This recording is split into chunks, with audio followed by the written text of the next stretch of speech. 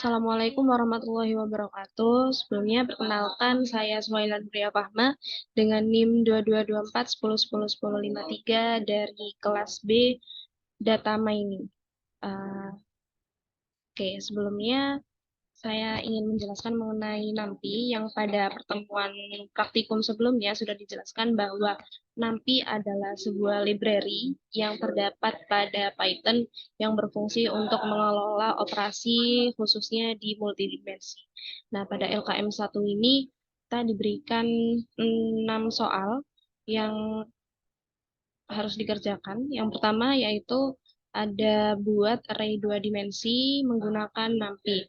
Di mana NumPy sendiri itu jika kita membutuhkannya kita harus mengimport dulu.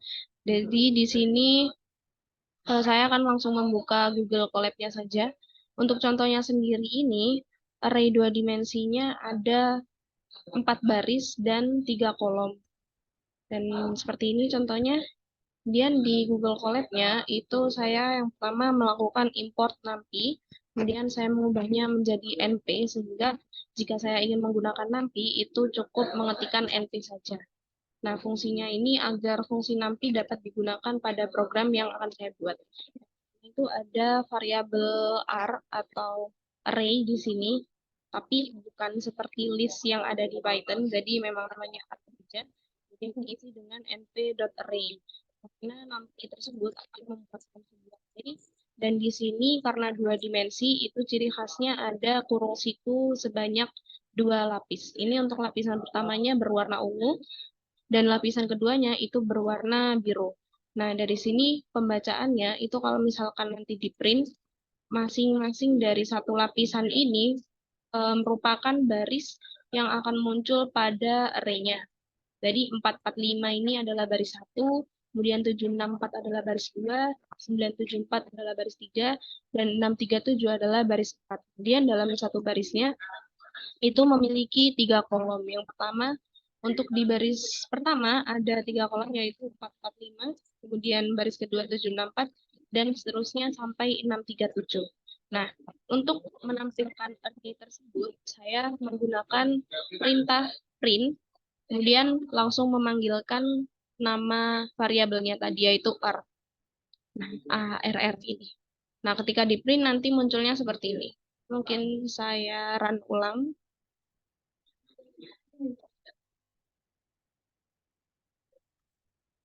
Masih connect to Python.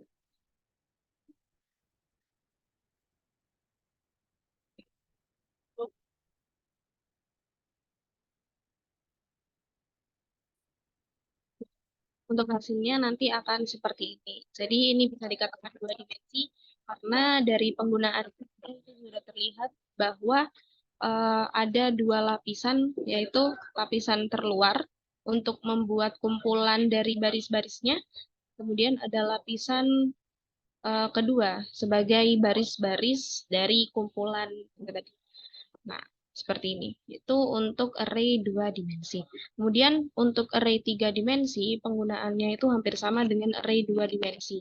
Bedanya di sini, jika array 2 dimensi itu menggunakan 2 lapisan, atau dari kurung siku ungu sampai ke biru saja. Kalau array 3 dimensi itu ada tambahan satu lagi. Kalau misalkan di dalam soal itu seperti ini. Nah, ada 3 buah tabel. Kalau dilihat dari sini, tabel pertama itu memiliki 4 baris dan 3 kolom. Tabel kedua dan tabel ketiganya juga sama seperti itu. Nah, kalau misalkan di 3 dimensi nanti, untuk lapisan pertama itu menyimpan ketiga tabel ini. Dan ketiga tabel itu masing-masing kan memiliki baris. Nah, satu tabelnya menyimpan 4 array. Nah, kemudian dari setiap barisnya menyimpan 3 bilangan. Jadi urutannya adalah lapisan array pertama itu menyimpan 3 array, 3 tabel ini. Kemudian lapisan kedua itu menyimpan masing-masing 4 array, seperti ini untuk barisnya.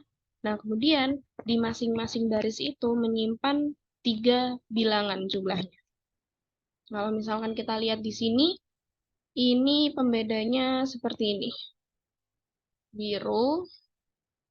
Nah, untuk kurung siku biru ini merupakan tabel yang saya tunjukkan tadi, yaitu ini. baris 1, baris 2, baris 3. Nah, kemudian untuk masing-masing barisnya itu menggunakan kurung siku yang kuning, yaitu 785, 477, 719. Nah, seperti yang ada di sini, ini berada di lapisan ketiga. Dan masing-masing dari array tersebut menyimpan 3 bilangan, seperti yang ada pada sini. Itu kalau misalkan kita lihat seperti kolomnya. Nah, untuk menampilkannya sama menggunakan print dan menyebutkan nama variabelnya. Oke, kemudian nomor 3, untuk soalnya sendiri ini, nomor 3 kita diminta untuk menambahkan angka 1 pada setiap bilangan di baris ganjil array berikut, kemudian tambahkan angka 2 pada setiap bilangan di kolom genap array. Tambahkan angka 1 pada setiap bilangan di baris ganjil. Jadi kalau misalkan dilihat dari soalnya, ini yang dimaksud ganjil itu adalah barisnya. Berarti baris ini, kemudian baris ini, dan baris ini. Itu untuk baris ganjilnya. Sedangkan baris, tambahkan angka 2 pada setiap bilangan di kolom genap array-nya. Berarti untuk kolom genap ini dan ini.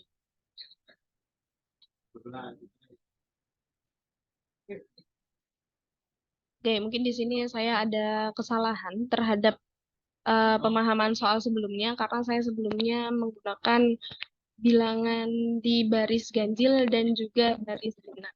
Tapi di sini saya bisa mengatasinya nanti di codingannya. Oke, untuk yang pertama yaitu import nampi SMP seperti yang awal untuk menggunakan nampinya. Kemudian ini adalah array yang ditampilkan pada soal. 1882, 82, 12, dan seterusnya yang ada di sini. Nah, kemudian untuk yang pertama saya akan melakukan penambahan angka 1 pada setiap baris ganjilnya. Nah, baris ganjilnya itu berarti ini, jika di enter akan seperti ini, untuk lebih memudahkan dalam melihatnya, ini baris ganjilnya 1, 2, 3. Ntar saya rapikan dulu. Nah, seperti ini baris ganjil, ini juga, dan ini. Yang pertama, saya akan mencari cara untuk mengambil baris ganjilnya dulu. Jadi untuk menampilkan baris ganjilnya itu menggunakan print dan memanggil variabel yang menyimpan baris tersebut. Karena variabelnya bernama array, itu maka saya memanggil r, kemudian ada kurung siku seperti ini yang artinya dia akan mengambil baris dari baris ke-0 hingga baris ke-5. 5 ini tapi sebagai pembatasnya. Jadi untuk indeks ke-5 itu sebenarnya tidak diikutkan, tapi ini sebagai pembatasnya. Kalau kita lihat ini kan indeks ke-0, indeks 1, 2, 3, sampai 4. Jadi seluruh barisnya ini akan diambil, kemudian akan lompat sebanyak 2. Jadi dimulai dari angka 0, indeks ke 0, lompat 2, berarti dia langsung ke sini dan sini. Kalau misalkan di print, itu pada baris ganjil sebelum, nanti munculnya seperti ini. Ini untuk baris ganjilnya. Nah, karena tadi di soal itu diminta untuk menambahkan angka 1 pada setiap baris ganjilnya, maka di sini saya menggunakan langsung plus sama dengan 1. Karena di sini merupakan sebuah nampi, jadi bisa langsung memakai cara seperti ini. Tapi kalau misalkan menggunakan list, itu tidak bisa menggunakan cara seperti ini. Jadi, ini kan tadi menyimpan beberapa bilangan yang ada di array di bagian baris ganjil. Nah, kemudian bilangan-bilangan yang tersimpan di dalamnya itu akan ditambahkan angka 1 pada masing-masing bilangannya. Baris ganjil sesudahnya nanti akan seperti ini. Nah, kalau misalkan kita lihat di sini, angka 1 menjadi 2, 8 menjadi 9, terus angka 3 menjadi 4, dan seterusnya. Jadi, masing-masing dari bilangan yang ada di sini akan bertambah sejumlah 1, seperti ini hasilnya. Nah, kemudian soal yang kedua yaitu untuk menambahkan bilangan sebanyak 2 di kolom kedua. Kolom kedua itu ini berarti. Nah, karena sebelumnya itu saya menangkapnya untuk baris genap, tapi ternyata di sini untuk kolom genap. Jadi kita perlu melakukan perubahan terlebih dahulu. Mungkin langsung saya lakukan perubahan di sini karena kalau misalkan di jeda videonya juga sayang.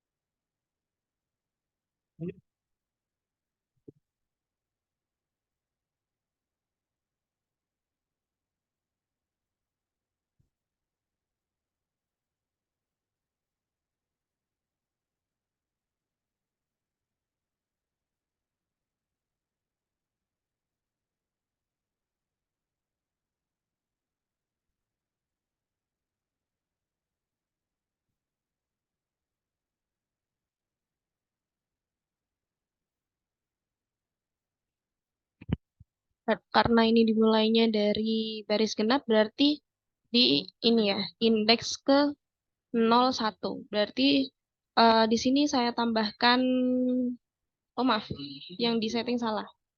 Maaf. Di sebelah sini,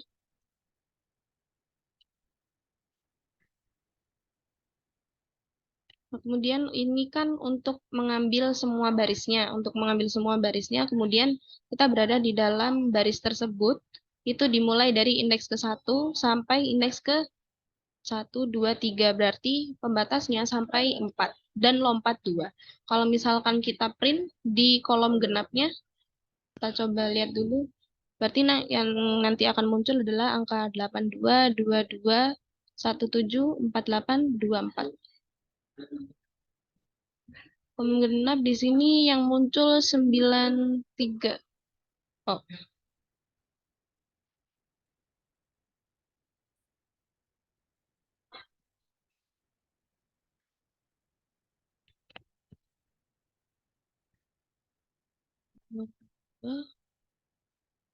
28,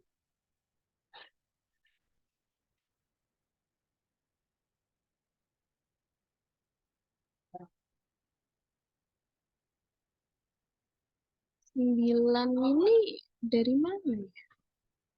Bentar, sebentar.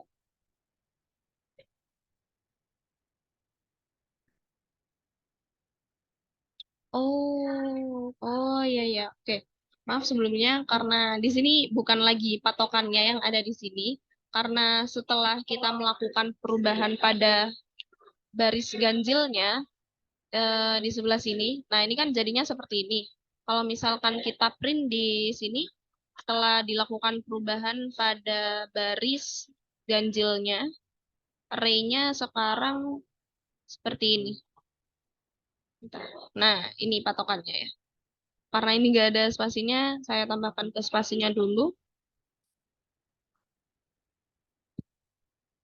Ini untuk di enter ya, menggunakan slash n.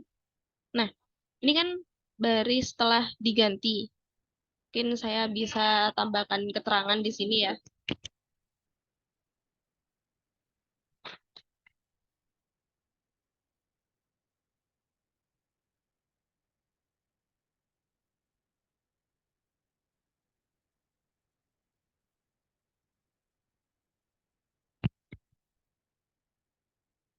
Nah, oke.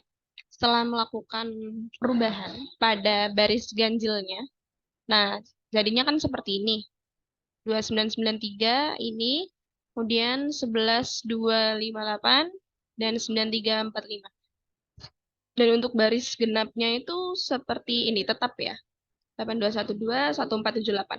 Nah, sekarang berarti untuk mengambil baris genapnya itu yang angka yang ada di sini, 92243. Nah, ini udah benar. Terus genap yang selanjutnya adalah 32885. 32885.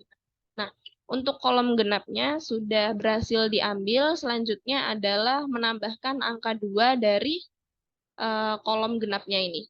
Berarti di bagian ini kita kan aslinya menggunakan array yang ini.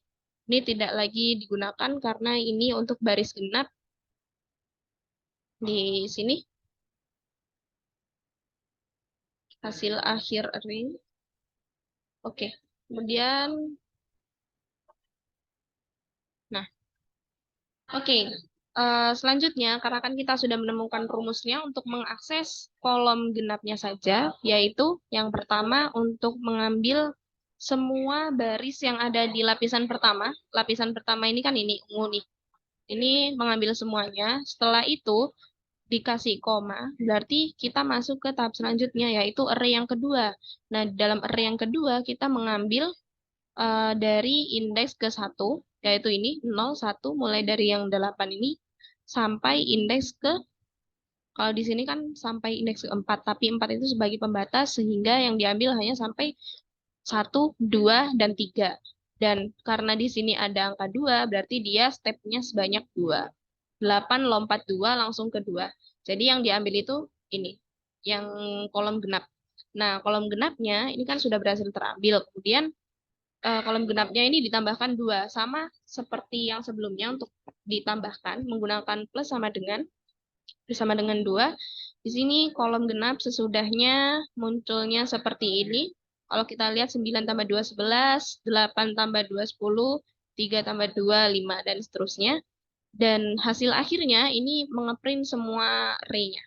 Array yang udah diubah-ubah baris ganjilnya dan kolom genapnya. Hasil akhirnya seperti ini. Mungkin ini saya tambahkan.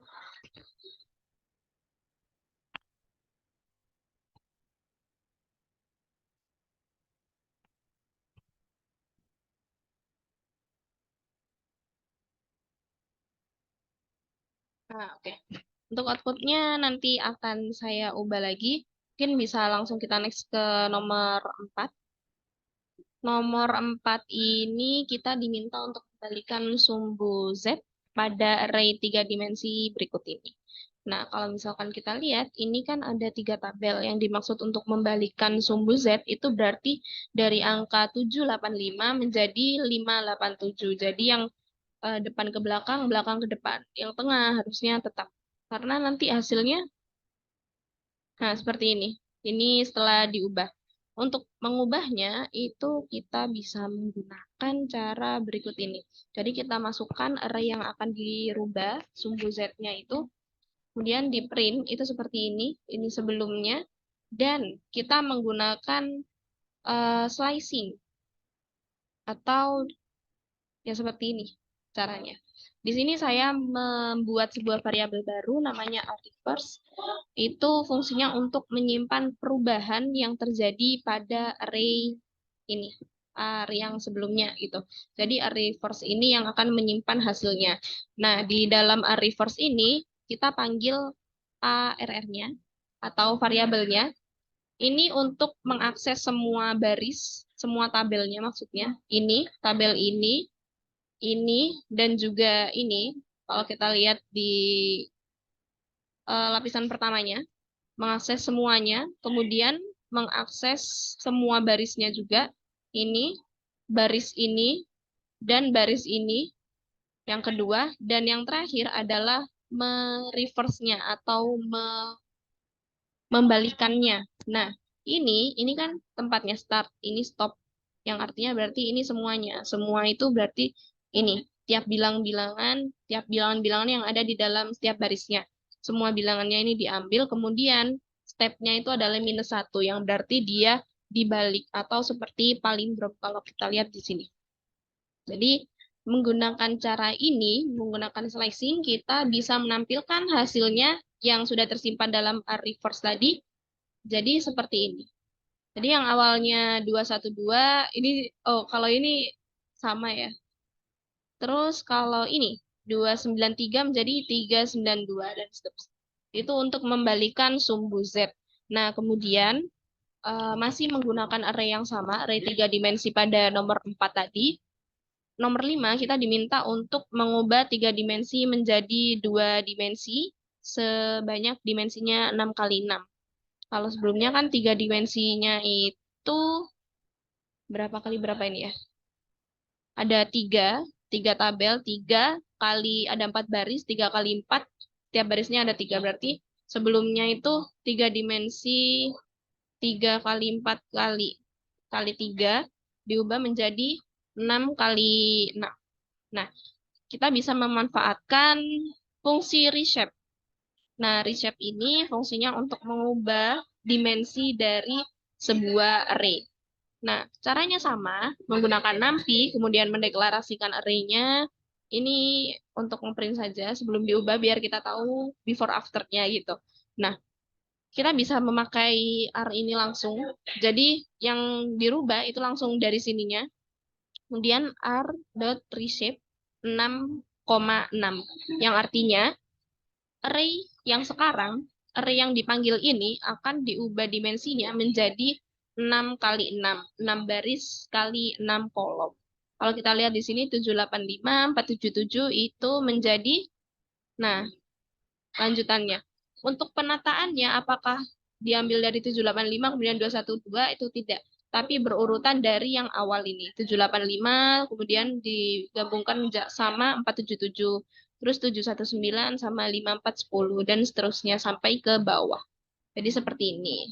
Dan yang terakhir, untuk nomor 6, mungkin lebih mudah kita lihat di sini ya. Di sini. Untuk nomor 6 itu ubahlah matriks kiri menjadi matriks sebelah kanan. Nah, yang ada di sini, sorry. Oke, ini kepisah ya, jadi agak susah juga. Nah, kalau misalkan saya lihat di sini, ini terjadi pergeseran sebuah matriks yang mana kalau kita lihat dari barisnya dulu, ini kan baris 5, angka 5, 10, 10, 7, itu ada di baris mana ya? Oh, kita lihat dari kolomnya dulu deh. Ini kan urutannya, kolom ini, 5 ini, yang ini. 5, 7, 9, 1, 6, 4, sampai ini. Ini posisinya berada ini posisinya berada di sebelah indeks kedua. Sebelumnya kan berada di indeks ke-0. Kalau kita lihat di sini ada angka 7, 9, 5, 4, 6, dan 1. Nah, ini angkanya sama, itu bergeser sebanyak 2 indeks ke kanan. Ke kiri juga bisa sih. Kalau dilihat ke kiri juga ketemu di sini. Kalau ke kanan coba ke sini. 1, 2, ya sama. Bisa bergeser secara horizontal. Untuk barisnya bergeser secara horizontal sebanyak 2 indeks. Dan untuk baris ininya, oh itu tadi kolom, maaf, kolomnya itu bergeser sebanyak 2 indeks atau 2 langkah secara horizontal, dan barisnya itu bergeser sebanyak, kalau kita lihat di sini angkanya 5, 10, 10, 7. Nah, ini ketemu lagi, ada 5, 10, 10, 7. Itu bergeser sebanyak 1, 2, 3. Bergeser, barisnya bergeser secara vertikal sebanyak 3 langkah, 3 indeks. Nah, sudah ketemu polanya. Kemudian caranya itu kita bisa memanfaatkan fungsi NumPy concatenate. Ini kita tahu bacanya kayak gimana. Concatenate ini. Ini fungsinya untuk menggeser array. Jadi, array sebelumnya itu kan kalau horizontal, itu ciri khasnya menggunakan aksis sama dengan 1. Kalau bergeser secara vertikal, itu menggunakan aksis sama dengan 0. Nah, sini kita menggunakan array. Saya menyimpan yang pertama, perubahan yang pertama di ARR baru. Nah, menggunakan concatenate itu memakai array. Nah, ini kan yang digeser itu adalah apanya tadi ya, yang horizontal. Kolomnya. Nah, kolomnya. Karena kolomnya berarti kan per ininya. Misalkan per indeks ke-0 ini. Nah, yang ada di lapisan kedua. Sehingga di sini untuk menggesernya itu kita pakai ada ini untuk mengambil semua barisnya dulu. Kemudian koma. Di sini ada 2 sampai indeks ke akhir. Kemudian di sini juga sama, mengambil semua barisnya dulu dari indeks awal sampai indeks kedua. Dari indeks kedua. Mohon maaf kalau misalkan ini lagi. di sini ini berarti dia akan menukar posisinya dari indeks yang semula di 0 itu menjadi indeks ke 2. Nah, di sini. Jadi angka 5 ini tadi bergeser sebanyak 2. Dan begitu juga angka-angka yang lainnya. Jadi bukan hanya ditukar, tapi digeser. Ini gesernya sebanyak 2. Begitu juga yang lainnya. 7-nya jadi ke depan. Nah, seperti itu. Nah, untuk yang vertikal, itu ciri khasnya menggunakan eksis 0. Kalau tadi kan yang digeser adalah kolomnya, sekarang yang digeser adalah barisnya. Barisnya itu yang ini. Ini itu digeser sebanyak 3 langkah. Berarti yang awalnya dari indeks ke 0 di sini itu bergeser sebanyak 1, 2, 3. Dia nanti posisinya di sini. Tapi untuk indeks-indeks yang lain itu juga bergeser sebanyak 3. Jadi nggak cuma ini aja yang bergeser, tapi semuanya itu bergeser sebanyak 3 langkah. Bedanya kalau misalkan yang horizontal tadi kan kita mengambil kolomnya, karena kolom itu harus mengakses yang ada di dalam sini. Tapi karena kita yang menggeser ini barisnya, jadi kita hanya perlu mengambil ininya saja. Tidak perlu masuk ke lapisan kedua. Tapi mulai dari lapisan pertama, nggak perlu ini maksudnya, itu langsung bisa ditukar dari lapisan pertama ini. Ininya yang ditukar. Kalau tadi kan ininya yang ditukar, ini ke sini, ke sini. Nah, kalau yang ini ke sini, ke sini, dan ke sini. Gitu. Nah, kemudian untuk melihat hasilnya, itu saya print array hasilnya. Karena tadi kan dari ARR itu dimasukkan ke dalam R baru, dan R baru dimasukkan ke dalam R hasil nih. Ini yang dipanggil. Jadi untuk hasil akhirnya itu berada di array hasil yang terakhir ini. Nah, array yang sesudah bergeser itu kan tadi seperti ini.